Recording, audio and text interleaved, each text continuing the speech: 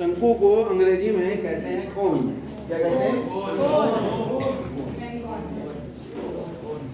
ये जो ऊंचाई है,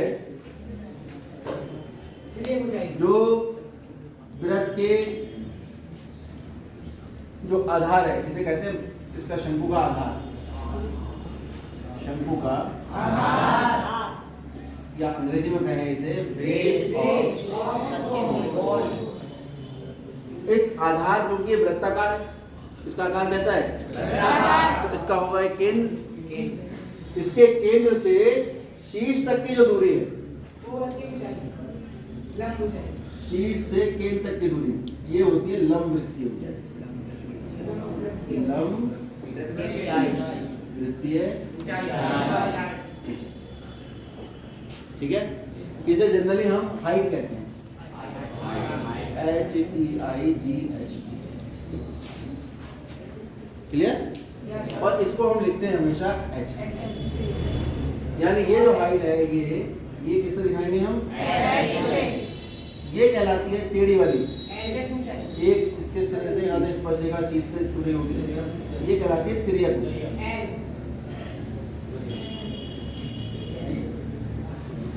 इसे कहते हैं स्लांट हाइट। हेट नहीं, हाइट। और इसे लिखते हैं हम L से। और ये होती है त्रिज्या वृत्त की आधार में वृत्त होता है, उस वृत्त की केवल इन तीन चीजों पे काम करेंगे हम शंकु। और ये तीन चीजें हम सवाल में ढूंढेंगे। क्या क्या? आधार की त्रिज्या, आधार है वृत्ताकार, उसके अलावा उसकी ऊंचाई कितनी है, लंब की ऊंचाई, और उसके अलावा ढूंढेंगे हम तिर्यक। आप देख रहे हैं कि ये लंब वृत्त की ऊंचाई, क्योंकि लंब होती है शीर्ष से बिल्कुल जो फ्लैट होता है वहां पे लंब आगे गिरता है, ठीक है। तो ये कोण कितने डिग्री होगा? 90। पाइथागोरस में लग जाएगी।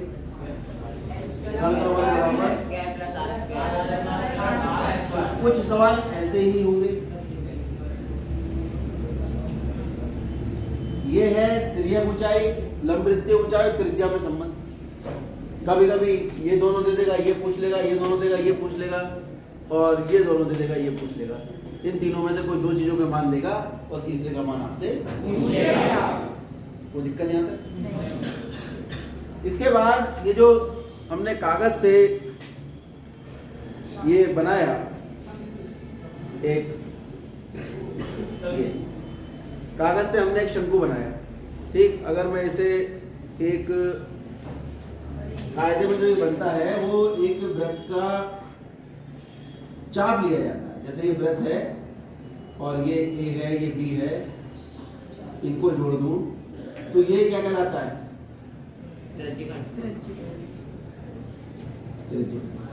ये त्रिज्याखंड लिया जाता है।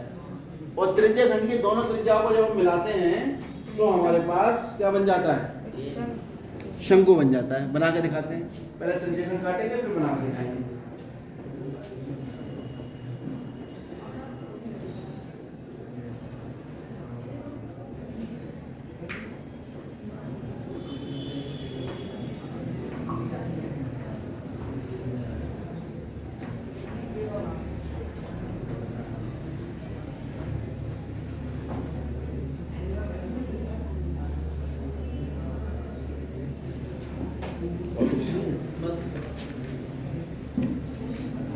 तो जैसे ये हमारे पास एक कागज है,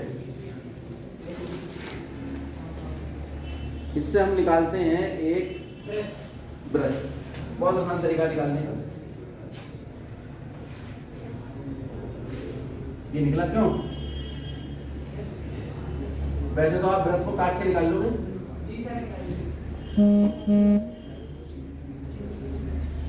हम इस तरह से निकाल लें। हमने एक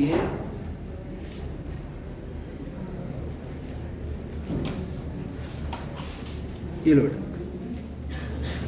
थोड़ा और कर दे।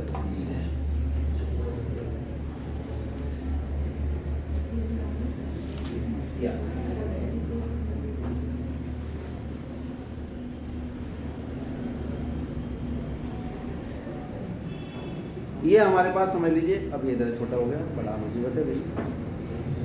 चल कोई बात। ये हमारे पास वृत्त का एक चाप है, इसकी ये केंद्र है, ठीक है, ये त्रिज्य खंड है। अगर मैं इसकी ये दो त्रिज्याएं मिलाऊंगा आपस में तो आप देखें किसका निर्माण हो गया है, शंकु का निर्माण हो गया। और शंकु का जो आधार बना है वो आधार वृत्त के चाप की लंबाई के बराबर है। आधार की जो परिधि है, वृत्त की परिधि, जो आधार वृत्ताकार भाग बना शंकु का, ये जो वृत्त बना, इस वृत्त की जो परिधि है हम देख रहे हैं वो क्या है, चाप की लंबाई। और ये जो त्रिज्य खंड है, क्योंकि ये पूरा वृत्त होता तो पूरा वृत्त होता, उस वृत्त के दो भागों को मिला दिया, क्या कहलाता है, ये त्रिज्य खंड। ये त्रिज्य खंड जो है वो क्या बन गया इसका, शंकु तो बना, ये बना बेटा इसका वक्र पृष्ठ।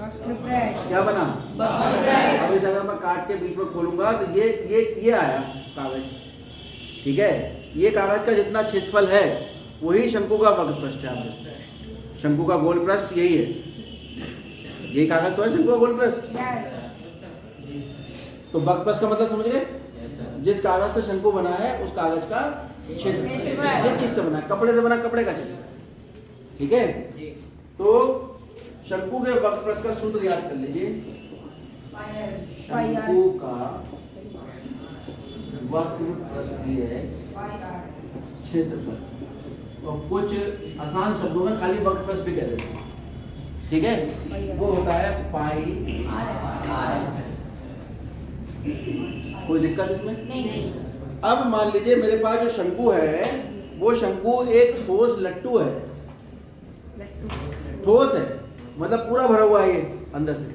अब इसमें मिट्टी भर के अगर ले आऊं तो, ठीक है, पूरा भरा हुआ है। तो अगर मैंने कहा इसका संपूर्ण पृष्ठीय क्षेत्रफल निकालो, क्या निकालो, संपूर्ण पृष्ठीय क्षेत्रफल। एक पृष्ठ तो ये होगा और एक ये पृष्ठ बनेगा नीचे, जो क्या है, एक वृत्त है, एक वृत्त। तो संपूर्ण पृष्ठीय क्षेत्रफल कितना होगा, पाई आर ब्रैकेट में एल प्लस आर, संपूर्ण पृष्ठीय क्षेत्रफल ये आ जाएगा पाई आर प्लस आधार का क्षेत्रफल। पाई आर एल वक्र पृष्ठ का क्षेत्रफल और आधार कैसा है, वृत्त, और वृत्त का क्षेत्रफल कितना होता है, इसलिए संपूर्ण पृष्ठीय क्षेत्रफल जब निकालेंगे तो वक्र पृष्ठ प्लस आधार का क्षेत्रफल, इसमें से पाई आर कॉमन ले लो, कितना आ गया, एल प्लस आर। बच्चे इसी को याद कहते हैं शंकु का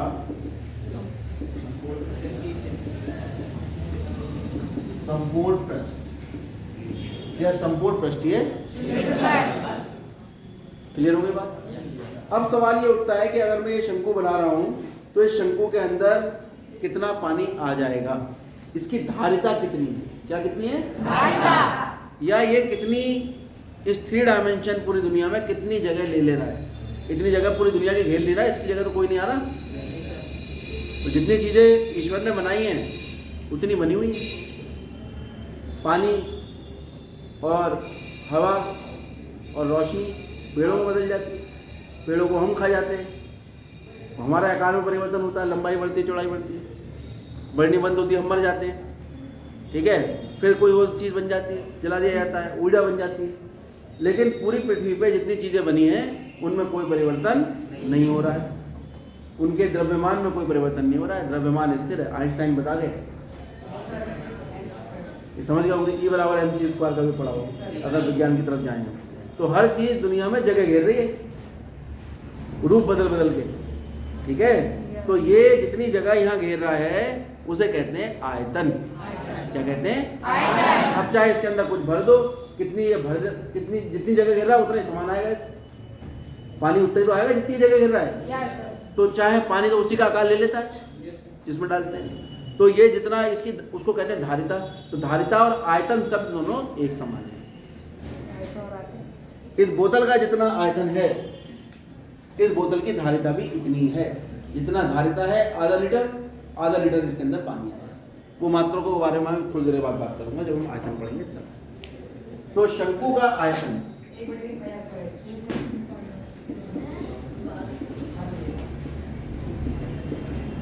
1/3 पाई आर। पाई आर स्क्वायर क्या है, आधार का क्षेत्रफल। कुछ बच्चे ऐसे भी याद रखते हैं 1/3 गुणा आधार का क्षेत्रफल गुणा ऊंचाई।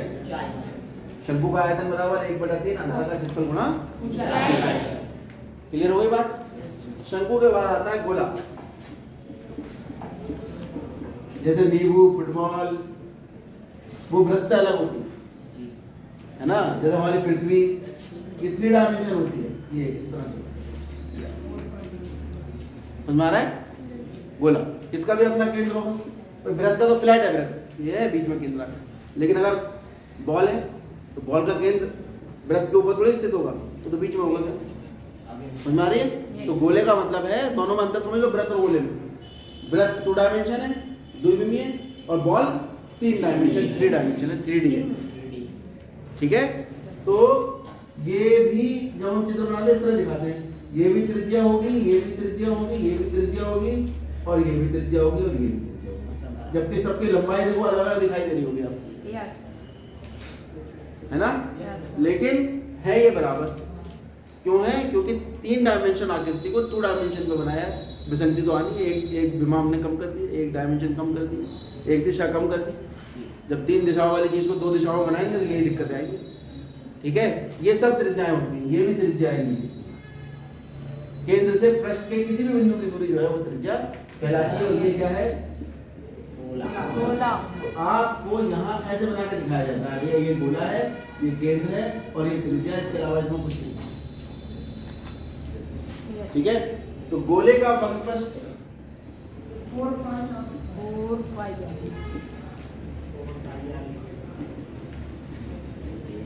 गोले का वक्रपृष्ठ होता है कि जो गोले के ऊपर का पृष्ठ है उसका क्षेत्र। ठीक है, वो कितनी जगह स्पेस में घिर रहा है इससे मतलब नहीं है। वो 2 डायमेंशन पे उसको पूरा पिचका के पूरा काट पीट के फैलाएंगे तो कितनी जगह 2 डायमेंशन पे लेगा, एक समतल में कितनी जगह लेगा, उसे कहते हैं पृष्ठ। गोले का आयतन 4/3 पाई। गोले का आयतन होता है 4/3 पाई। ये वर्ग इकाई में आंसर आता है, और ये घन इकाई, क्योंकि 2 डायमेंशन की गुणा हो रही है तो वर्ग, और 3 की हो रही है तो घन। इसके बाद आता है अर्धगोला। अर्धगोला आधा गोला, जैसे नींबू होता है, काट दो, आधा नींबू। नींबू का एक जो ऊपर का सिरा है वो वृत्ताकार होता है, ये भी त्रिज्या होगी और ये भी। नींबू को ध्यान से देख लेना, बीच के केंद्र से उसकी खांपे जा रही होती है इधर उधर, सबकी लंबाई आपस में बराबर होती है, लेकिन चित्र में नहीं दिख रही होगी, है ना। और एक ये होगी जो नीचे तक होगी लंबाई, ये सब त्रिज्या होगी, ये भी त्रिज्या होगी, ये भी त्रिज्या होगी, और ये भी त्रिज्या होगी, लेकिन चित्र में दिखाई नहीं देगी। दिमाग में आपको समझनी पड़ेगी। समझ में आ रही है बात? अब अर्धगोले का एक होता है वक्रपृष्ठ, जो नींबू का पीला पीला भाग हुआ। एक होता है संपूर्ण पृष्ठ, पीला पीला भाग, और ऊपर का जो जहां से रसा निकलता है फ्लैट सरफेस, उसका भी क्षेत्रफल ले लिया जाएगा। वक्रपृष्ठ में खाली पीला पीला भाग रहेगा। तो अर्धगोले का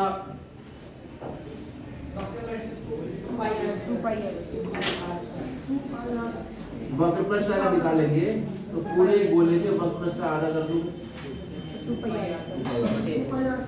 और अर्धगोले का संपूर्ण पृष्ठ निकालोगे,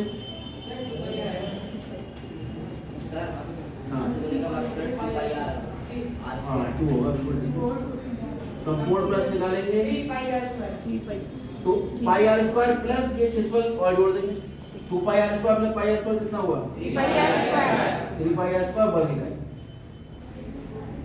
और अर्धगोले का आयतन इसका आधा 2/3 पाई आर। इतने सूत्र आपको याद होने चाहिए। ठीक है, नोट करिए और याद करिए जल्दी।